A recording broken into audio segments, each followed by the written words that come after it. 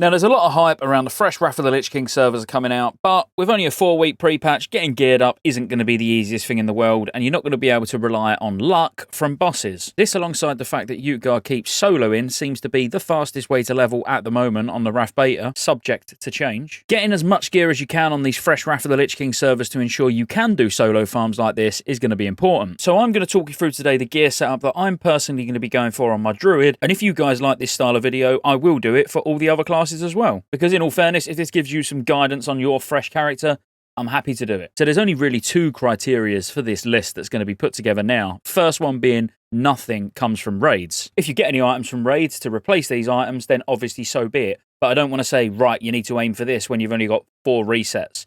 Probably not going to be possible. But if you do get lucky, obviously replace any of these items with raid items, which will clearly be better. And the second criteria really is to ensure that it's not unrealistic and we have got enough time to physically obtain all these pieces of gear. Before we get into all of that, just a quick word from the sponsor, Cyberpower. If you're fed up with playing on a potato and think it's actually time to upgrade your PC ready for Wrath of the Lich King Classic, look no further than Cyberpower. With Cyberpower, you can use the PC by game option to simply pick World of Warcraft and have a PC expertly built for a low price, which is built with World of Warcraft in mind. If you wanted to get more into the nitty-gritty, you can use the Build My PC tool, and from start to finish with 5 easy steps, you'll have a fully custom PC built to match your needs. Simply click Start Your Build, choose whether you want desktop or laptop. Of course, we want desktop. Choose a budget that suits you. For example purposes, let's go for £700 and see how much bang for our buck we can actually get. Pick one or multiple games that you like the look of or that you intend on playing. What brand do you like? AMD, Intel? If you've got no preference, simply select them all. And now, are you in a rush? Do you want this PC tomorrow, or are you happy to wait for something fully custom? Let's see what we can get tomorrow, because I don't like waiting. And straight away we're greeted with 2 options. One's over budget, but maybe you're happy to stretch the extra couple of £100 for all the extras that you're going to get, like a more powerful graphics card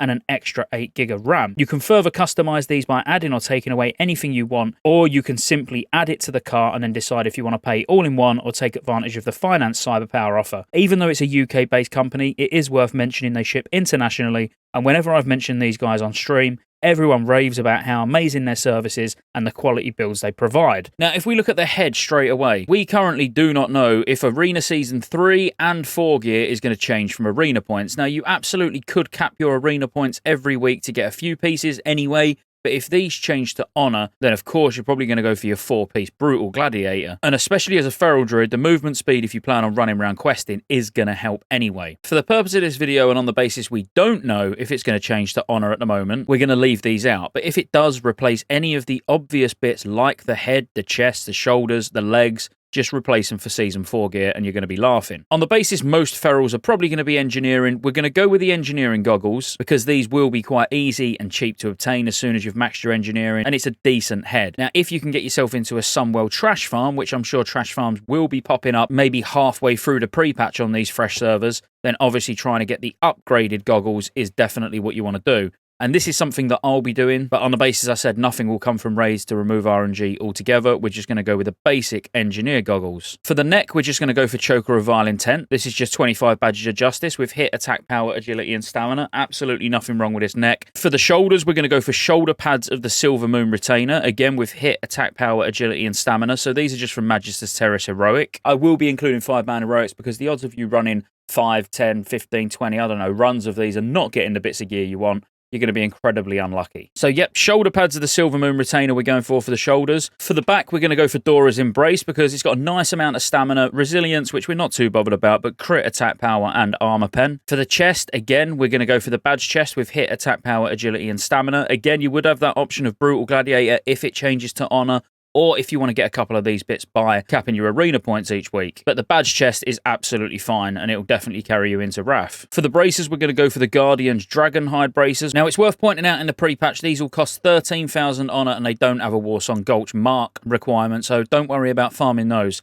It's still showing the personal and team rating of 1575, but I would guess that the requirement will be removed. I don't see them keeping the arena requirement on this gear during the pre-patch, but if they do, I'll show you an alternative pair of bracers, but ideally you want to get these. But the alternative would just be for 35 badges to get the Master Assassin wrist wraps, which are very nice anyway, but ideally, as long as the arena requirement has gone, then you want to get the Guardian Dragonhide bracers. For your weapon, it's really between two. It's whether that changes to honor, so you can get the Brutal Gladiator's staff, or you're going to want to get the badge staff, which is Staff of the Forest Lord. Me personally, I'm going to go for Staff of the Forest Lord, because I'm not really that bothered about farming honor during the pre-patch, although it will actually be nice to get started on some of the achievements anyway, so killing two birds with one stone. If all of this PvP gear turns to honor, then just farm honor, get some PvP achievements, and get that weapon instead. But we're going to put Staff of the Forest Lord in here just in case they don't change to honor. So for the gloves, we're going to want to get Hand Rhapsody Aggressor, which is another 75 badges. For the belt, there's a choice. So you can either get Belt of the Silent Path with hit, attack power, agility, and stamina, or the belt that's even cheaper, Waistguard of the Great Beast, which is obviously got a lot of armor, strength, agility, stamina, and hit. I personally am going to go for Waistguard of the Great Beast,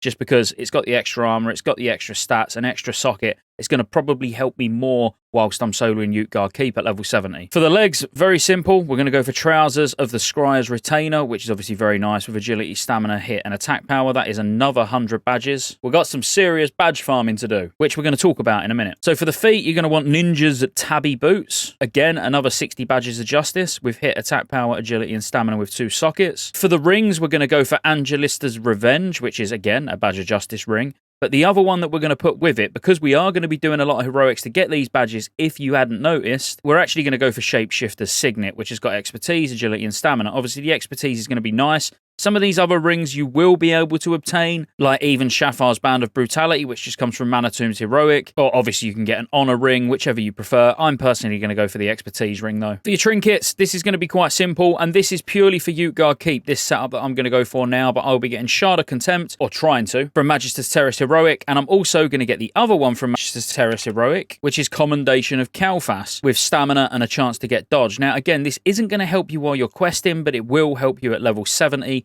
if you are going to solo Utgard Keep. But if you're just looking for more a general DPS setup to actually go around and quest with, the one I'd recommend, and it's not too bad to get actually in the pre-patch if you do it as a group, you could probably have it knocked out in, I don't know, 8 to 10 hours, something like that. Maybe even quicker. It's been a long time since I've done it. But I would scroll all the way down here and get the Skyguard Silver Cross from getting Shatari Skyguard Exalted, because it increases your crit rating by 34, but also has a 50% chance to give you 140 attack power for 30 seconds, and it's only on a 10-second cooldown, so you're basically going to have this up the entire time you're questing. So 140 attack power and 34 crit rating, you could go and compare that to any of the top trinkets, and none of them are going to give you 140 attack power, because obviously they're for raiding. Whereas because we're specifically talking about questing, or even doing Utgard Keep, the Shatari Skyguard trinket definitely is the one that I'm going to personally go for. If you didn't want to do the Shatari Skyguard Exalted grind, then you could just get Bloodlust Brooch. But that's another 41 badges of justice you're going to have to find now. I'm going to go for the Shatari Skyguard. And then for your range, you're just going to want the Mangle Idol, because while you're running around questing, or even while you're actually doing dungeons, soloing Utgard Keep, you're going to be mangling a lot, obviously. So getting that 65 agility for 20 badges of justice is very nice. That's not quite it yet. Let's now look at a breakdown. Now, I'm going to use this section for all of the videos if I continue doing this series, if this actually gets good feedback. So I'm going to break down how many badges you need and exactly how many badges you would need to get a day and a week and how you would physically do that. So trust me, you would be very busy in the pre-patch to get all of this gear, but it is something I'm aiming to do and hopefully it works out. So for all of this gear, you're going to need 710 badges. So that's a lot. Let's say you get to 70 in 1 week, so you miss a full first lockout. So you'll have 3 weeks or 21 days to be able to get 710 badges. If we split that between the 3 resets, that means you need 236 badges a week. Don't be scared yet, it's not as bad as it sounds. Now, we know everybody on these servers are going to want to be raiding ASAP, so you can expect to see pugs for all of these raids going very, very quickly. Maybe not tier 6 raids just because of the difficulty with absolutely zero gear, but certainly all tier 4 and tier 5. So each week you can get 26 badges from doing 2 clears of ZA, so doing it every 3 days. You can get 22 badges a week from doing a full Kara clear. You can get 8 badges from doing Gruul and Magferidon. If you did get into an SSC and a TK pug, that's another 22 badges. And then every day just doing your daily heroic, you're going to get 2 plus, let's say, another 4 on average for the bosses. So that's 6 a day or 42 a week just from doing the daily heroic each day. Now, if you throw in Shattered Halls and Botanical, which both give 5 badges each, and you was to do both of these each day as well, that's another 10 badges a day. So outside of the raiding, all you would be doing at the moment is doing 3 heroics a day, which, let's be fair, that's not that difficult. And then you might spend one evening a week doing all of ZA, all of Kara, and Gruul and Mag, and then one other night a week doing SSC and TK. So that's not unachievable, but we haven't got enough badges still. But remember, there's another 49 a week that you could get if you just throw in Slave Pens Heroic and Underbog Heroic each day, which is super fast. You could get both of these done in under an hour. So what I would do, not every day, but most of the week certainly, is just throw in a Shadow Labs Heroic as well, because now you're going to get the reputation you need for the ring. And don't forget, if you're doing your dailies every day, as in the Shattered Sun Offensive dailies, because we're probably going to want the gold, so we're going to be doing it, you also get badges in the bag. So if you do a few dailies and you see you get a few badges, you can be like, I don't need to do Shadow Labs today, or I don't need to do Slave Pens Heroic today. But really, it might seem like a lot, but it's not really a lot. You're talking there's 2 nights of raiding there, just a couple of hours each night. 2 nights of raiding and like 4 heroics. Oh, and another dungeon that you're obviously going to get a few emblems in every day will be Magister's Terrace Heroic. And you will absolutely be doing this to try and get both trinkets, like Shard of Contempt, for example, and the shoulders that are on this list as well. So you could actually rule out one of the other dungeons that I've mentioned, like Slave Pens or Underbog or whatever, and just do Magister's Terrace Heroic each day instead. This is how I plan on gearing my druid. I thought I'd share it with you. I will sort of break this section down in each video if I do carry on, because some classes are not going to want as much badge gear, some classes are going to want profession gear, whereas all we've gone for is the engineering head, because on a fresh server, I'm assuming your first character is probably, if you're going engineering, you're probably going to have mining with it. But if you liked, like, subscribe to the channel, roll the outro. There's lots of ways you can support the channel to keep me here putting out World of Warcraft content and covering all future MMOs. Consider joining the channel as a member. You get access to emotes, everyone will know you're a member when you comment on future videos because you get a nice icon next to your name, and you get access to members-only videos, which I'll be putting a lot of on the channel throughout the year. Additionally, there's a Patreon link in the description as well. Thank you for watching all the way to the end, and I'll see you on the next one.